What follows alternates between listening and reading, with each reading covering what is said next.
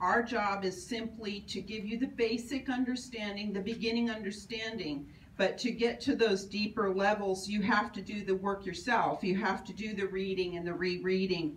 When you have the epiphany, you have a vibrational attunement. And that vibrational attunement is relative to your level of understanding. And so as you go through life, each time you go through an event, and it's all about the learning. Everything we do is about the learning. So as we process these events in our lives, and we think about it, and we think about it, and we come to the full understanding, a 360-degree understanding of those events, we have the epiphany, we have our vibrational attunement, and we're operating at a little bit higher level, intellectually and spiritually. Vibration. What is vibration? Anyone ever walk into a store and somebody walks by you and you go, oh, that person's a little odd, a little weird? Or somebody walks by and smiles at you, you go, and not just female, but somebody smiles at you and you go, oh, that's a cool person. They got it together. Vibration is what we put off in front of us. The people pick up that come by us. It's all relative to our level of understanding. And so one of the tendencies that we have as humans is that when we are around people where we're uncomfortable with them, or say somebody who's used to meditating and they're used to getting into these learning spheres called dimensions, sometimes they stumble on something that makes them feel really uncomfortable. That uncomfortableness is caused from the different levels of vibration. So it doesn't necessarily mean that it's a negative person or an evil entity or something like that. It only means that you are not in vibrational harmony with that person. There's a discord there, and it is uncomfortable. It could even happen with being in the presence of somebody who is at a higher vibration than we are.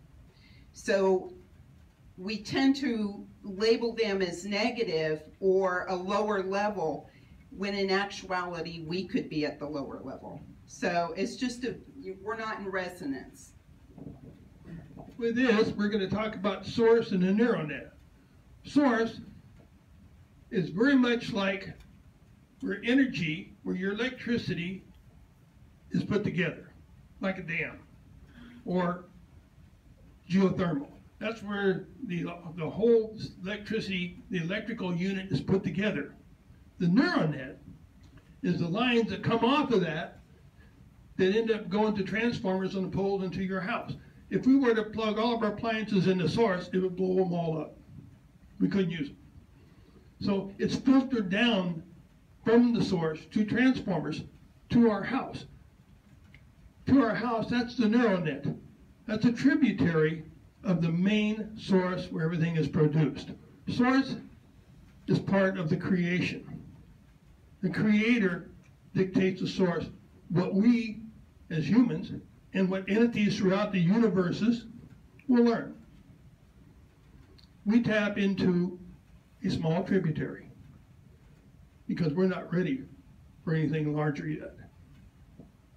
Okay, so the purpose of creation is the expansion of knowledge and understanding of all of creation, raising the vibrational essence of all that is.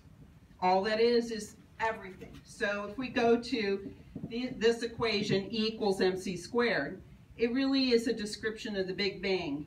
We have the creational energy that exploded, a vibrational explosion, creating mass and creating light. So E equals mc squared is energy equals all mass and all light and all energy, or all that is.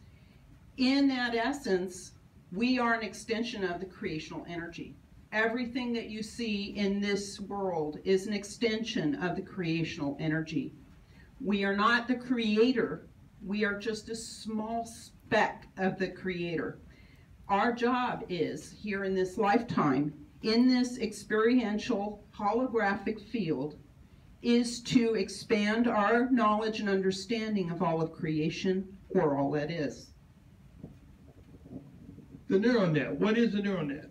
Does anyone, you probably have, seen a spider web in a garden, which is a big round spider web. There could be a different size spider in it. But if you touch one extreme corner of the spider web, the whole web vibrates. Okay, this is how the neural net works. This is a neural net in the universe that's used for communication. You think, oh, that don't look like much, but it is a huge, huge spider web of information.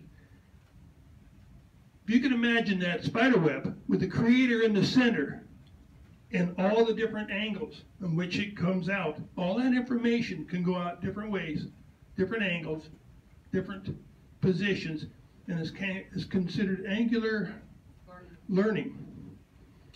And we'll do a lecture on angular learning if you want, but that's really interesting. All of creation is the structure to support ever-evolving, universal higher learning.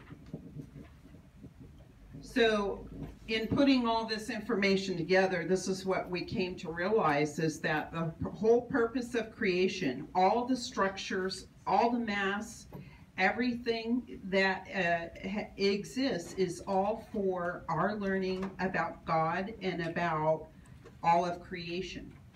So this neural net, if you think of like your computer system and you want to Google something and you get into, you know, on your computer and you want to Google, what is this or what is that? This works the same way.